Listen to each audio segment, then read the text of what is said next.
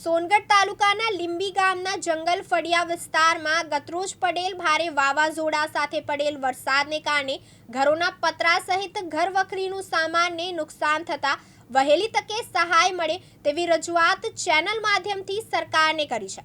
સોનગઢ તાલુકાના લીંબી ગામના જંગલ ફળિયાના વિસ્તાર સહિત બોરદા વિસ્તારમાં ગત દિવસોમાં ભારે વાવાઝોડા સાથે વરસાદ વરસતા કેટલાક ઘરોના પતરા તેમજ છાપરા ઉડી જવા પામ્યા હતા, જેના કારણે ઘરવખરી સહિતની સામગ્રી ખરાબ થવાનો વારો આવ્યો હતો। જે અંગેની જાણ સ્થાનિક સરપંચ સહિત તલાટીને જાણ કરાતા ઘટના સ્થળે દોડી મુલાકાત નહીં સહાય માટેની નોંધ કરી સર્વેની કામગીરી સોંપાઈ હતી। ત્યારે હાલ તાપી જિલ્લામાં પણ હાલ ભારે વરસાદ હોય, જેને લઈ પરિવારના ઘરોનું તાત્કાલિક સર્વે ટીમ કામગીરી હાથ ધરી સહાય વહેલી તકે મળે તેવી માંગ સરકારને કરી છે।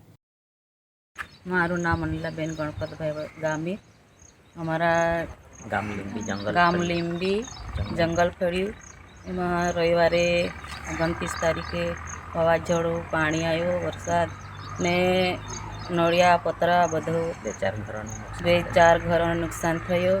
તો અમને તલાટી સાહેબ, સરપંચ સાહેબ આવ્યા હતા, પણ વહેલી તકે સહાય મળે એ માટે અમને તેમને નમ્ર વિનંતી છે કે વહેલી તકે આપે એવી રીતે રજૂઆત છે।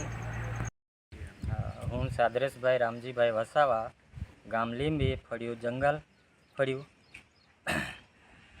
અમારે અહીંયા 29 તારીખે જે પાણી વરસાદના વાવાઝોડા સાથે આવ્યું હતું, એમાં જે 2-4 ઘરો અમારા પતરા ઉડી ગયેલા છે, એમાં નુકસાન થઈ ગયેલું છે। જે સાદા નળિયા છે, પતરા છે, બધું નુકસાન થયું, અનાજ પાણી બધું બગાડ્યું છે।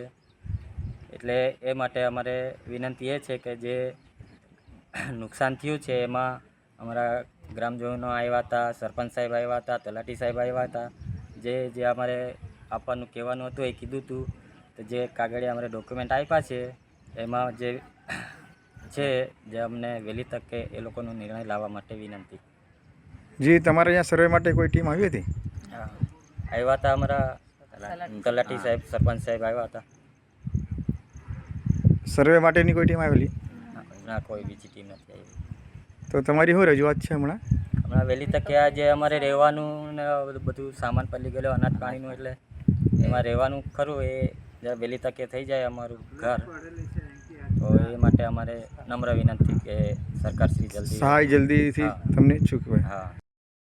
જબ્બાર પઠાણ, દિવ્યાંગ ન્યૂઝ, તાપી।